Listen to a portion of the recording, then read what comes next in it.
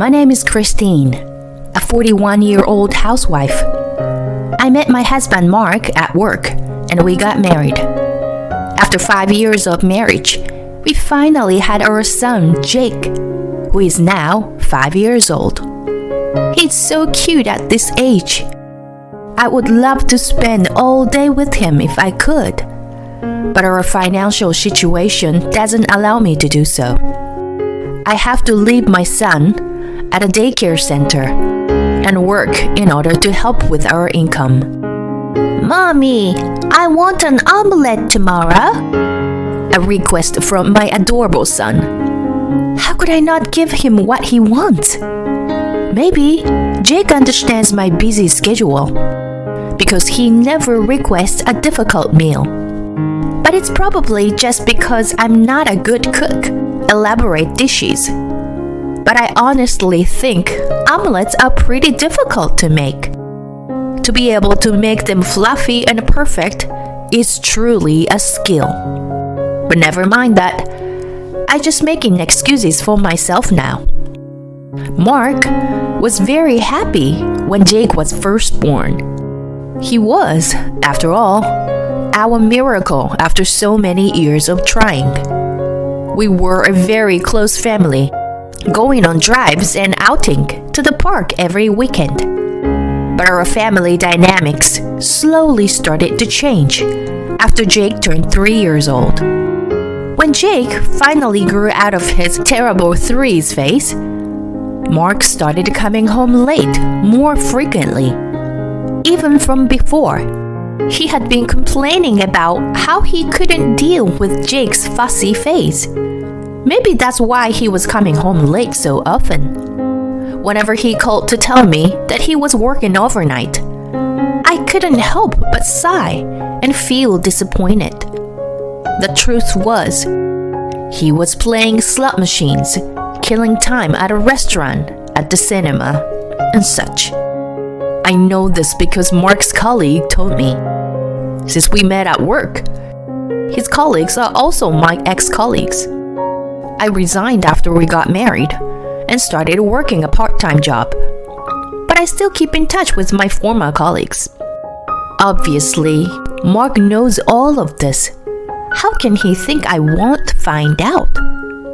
Part of me is bothered by all of this, but I would rather have Mark come home late than have to watch him be annoyed by Jake's fussiness. Because I never said anything, he started coming home even later and later. Sometimes even in the morning. Who does he think he is? Sometimes I could smell sweet perfume on his suit. It doesn't make me feel good. Of course, I feel angry at times. But Mark was a decent father when Jake wasn't being fussy, so I was able to turn a blind eye to his behavior. 2 years has passed since then. Jake has grown into an energetic and cheeky 5-year-old. I'm so in awe of Jake's growth. And at the same time, I am so fed up by Mark's bad attitude. Oh no! You spilled a bit of tea, sweetie. Wait here while I go get a cloth. What is wrong with you? You're a 5-year-old now and still can't hold a cup properly? Mark gets annoyed and starts to yell whenever I try to deal with Jake's mistakes. Daddy, play with me. I'm busy. Don't bother me. Mark yells and refuses to play with Jake. Hey, about tonight's dinner? I don't need dinner. How can I peacefully eat dinner in such a chaotic environment? I don't even feel like eating your horribly cooked food. I'm eating out. Mark gets angry at anything I say. We should go somewhere on your next day off. Are you serious? I'm tired from work. Let me rest on my day off. No matter what I say, he just yells at me. We just can't seem to have a proper conversation. Is Mark still stuck in his fussy phase? He should have grown out of it 40 years ago. I once asked him why he was so angry all the time. And he got angry, as always, and said, "It's because you are useless, obviously. And you're passing that gene on to Jake." I wish he turned out more like me. What a horrible thing to say. Jake is both of ours. At least he has a handsome face like me. He was basically saying that all of Jake's good qualities are from him, until the bad qualities are from me. I just couldn't believe his audacity. My frustration with Mark continued to grow. His words and actions were causing me a lot of emotional pain. I was considering divorcing him too. He was one strike away from ending our marriage because of his behavior and lack of respect for our family. Yet, I stayed because I still had love for my husband. Even though Jake was scared of Mark, he still loved him too. I was so tired of being with my husband who was hardly ever in a good mood. But I didn't have the courage to break up our family. One day, my husband brought up something. What? A trip? Yes, with some colleagues from work. You know them, don't you? The ones I'm close to. Oh, the two guys who were enjoying their single life? Yeah, them. They're going on a trip together, so I decided to join them. Seriously? What's wrong with that? I've been patient for a long time. This family takes up all my time. I never had time for myself.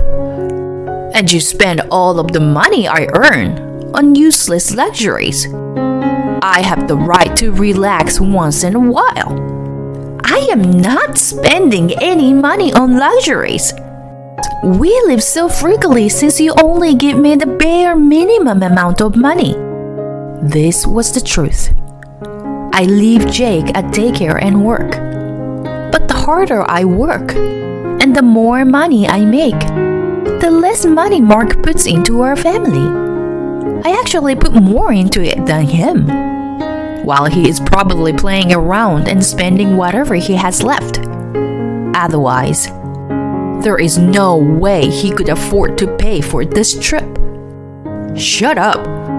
I'm going away for a week from tomorrow, whether you like it or not. And you better not complain. Tomorrow? I was surprised about the trip in general, but was even more surprised that it was from tomorrow. I could feel my blood start to boil. I was about to argue back when I heard, Mommy! Jake, who was supposed to be sleeping, had woken up. I ran to him, flustered. I'm sorry, Jake. Did I wake you up? Come on, let's go back to your room, so Mommy can sleep with you. But the moment I touched his body to put him to sleep, I knew something was wrong. Jake, your body is so hot. Mommy, my head hurts. Jake? I looked at Jake's face, and the next moment, his eyes had rolled up and he collapsed. Panicked, I called an ambulance. Mark, who I naturally thought would accompany me, refused to come with us. There were so many things I wanted to say, but time was of the essence. I had no choice but to get into the ambulance alone. Thankfully, the test results showed that it was not a serious illness, but Jake was admitted to the hospital for more tests just in case. I called Mark to give him updates. What do you want? I can tell he's extremely annoyed, but I don't have time to worry about it. I explained to him what had happened and asked him to bring a change of clothes for the hospital stay. Are you joking? That was his response. He continued, I can't make it. What?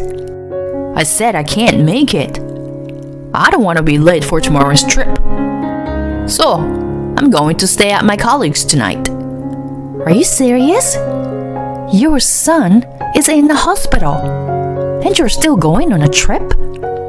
Of course I am. He doesn't need me there for a simple checkup.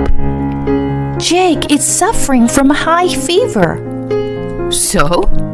There's nothing I can do. Yes, there is. I asked you to... Oh, I have to go. I'll make sure to buy you a souvenir. No, wait. He hung up. Mark one-sidedly ended the conversation and hung up on me. I called him again, but it went to his voicemail immediately. You son of a bitch. You turned off your phone. Unfortunately, I didn't have his colleague's phone number. What an asshole! My anger echoed through the hospital. In the end, I called my parents and asked them to help me. I thought about Mark's behavior. He abandoned his son in the hospital. That's 2 strikes. The 3rd strike is just around the corner. I could feel it. 3 days later, the tests are over, and Jake is back to his usual energetic self. The results showed no problems, and he would be discharged from the hospital tomorrow. I planned to buy some pudding for him. I got up and turned my cell phone to check my messages. That's when it happened. My cell phone suddenly started vibrating. I almost dropped it, but I grabbed it in time to see that I was getting a call from a former colleague, Cindy. Hello? My former colleague's voice sounded panicked. Christine, where are you? Huh? I'm at the hospital. Never mind that. It's an emergency. Apparently, your husband died in an accident. I didn't know what she was talking about. Without thinking, I replied, What? This is a joke, right? But I continued to hear her voice on the other end of the phone, and I ran out in a panic. My husband had passed away. That fact alone was shocking. But my colleague continued. Apparently, Mark was on a trip alone with a woman, and the woman ran into the oncoming lane while driving and hit a tree. There had to be a misunderstanding. Mark was supposed to be traveling with his male colleagues. There was no way he was alone with a woman. There was no way he could have been killed in a car accident with the woman. It's not possible. It's not possible. In a panic, I called my parents and asked them to look after Jake. I rushed to the hospital where my husband was admitted. In the midst of my panic, I suddenly wondered why they called the company before me. Anyway, it seemed like it wasn't a lie, so I had to hurry. According to my former colleague, the men who were supposed to be with my husband were safe. Obviously, that's because they weren't together. Mark didn't even bother briefing them about his made-up alibi. He was with another woman. That's 3 strikes. 3 strikes and you're out. I wondered if he really died. I needed to verify the facts of the situation. Honey! A rattle opened the hospital room. There was only one person in the room, and it was undoubtedly Mark. The bandages wrapped around his hands and feet looked painful, but his chest was moving up and down. He was breathing. It seems like Cindy's information that he had passed away was wrong. Mark was alive. You're alive, I murmured, moving closer to him. When I looked at his face, I could see that his eyes were slightly open. It could have been my imagination, but he seemed a little shaken. Maybe he didn't think the company would contact me right away. My husband spat out in his usual grumpy tone. Took you long enough. Your husband's been in an accident, and it takes you ages to get here. You useless piece of shit. Well, good to see he is still his usual self. He looks pretty battered. But it seems he only broke his left hand and right leg. Apparently, the rental car was a wreck though. What a lucky guy. I'm glad you're okay, I tell him. To which he replies, You better take good care of me. He's definitely feeling fine. Good to know. Well, let's get to it, shall we? You may have escaped death, but you don't get a pass on 3 strikes. I took out a sheet of paper. When I say I'm glad you're okay, I'm talking about your right hand. If you had broken your right hand, you wouldn't be able to hold a pen to sign this. What are you talking about? I unfolded the paper in front of a very confused Mark. Huh? What? Divorce papers? Yes, I was preparing it, which is why I got here late. I know you're injured, so I'll just leave it here. Make sure you sign it. You must be joking. Why would I sign this? Well, you told your girlfriend you were getting a divorce, didn't you? The reason you came home late every night was because you were with her. Was this trip a prenuptial trip too? Good for you. Now you can marry your sweet Michelle. How do you even know her name? Because I spoke to her, obviously. In fact, before coming to Mark's hospital room, I stopped by the woman he was with room. She was also in the same hospital. I asked for the woman who was in a car accident and immediately found her. She had broken some bones as well, but she seemed better off than Mark. Her parents were also in the hospital room. I asked her to tell me everything. I couldn't tell her I was going to see Mark after this, so I had to talk to her without yet knowing whether he was dead or alive. But it became clear that he was alive. Even with her parents bombarding her with questions, she glared at me and said, "Let him go." I don't know what she sees in you. You are cold to your wife and kids. You don't pay your bills. You go out every night. You don't care when your kid is in the hospital. And the cheating. It's game over. My husband's face instantly turned pale. I had expected him to become defensive, but that didn't change my decision. No. She's just for fun, you know. You're the only one I love. Just stop. Here you go. I've filled out the form with my part. Even if you tear it up, I've got plenty of spares. In fact, why don't I just call a lawyer? A lawyer? That's right. We need to figure out alimony and child support. So, I think that will be better. No, wait a second. What did you say? I mean, please, reconsider. As soon as I gave the death glare to Mark, who was still speaking in a pompous tone, he suddenly shriveled up. I don't want a divorce. Why not? He stuttered. Because... Why don't I just say it for the both of us? I took a deep breath and said without stopping. Because I'm working and paying for everything. You can spend your money as you like. And pay to play around with young women. If you have children, you can make them take care of you in the future. And you can sit back and enjoy life while your wife does all the dirty housework. A wife at home for the security. And the girlfriend to have fun with. What a great life. But if you divorce me, that would all disappear, wouldn't it? Mark's mouth hung open, not knowing what to say.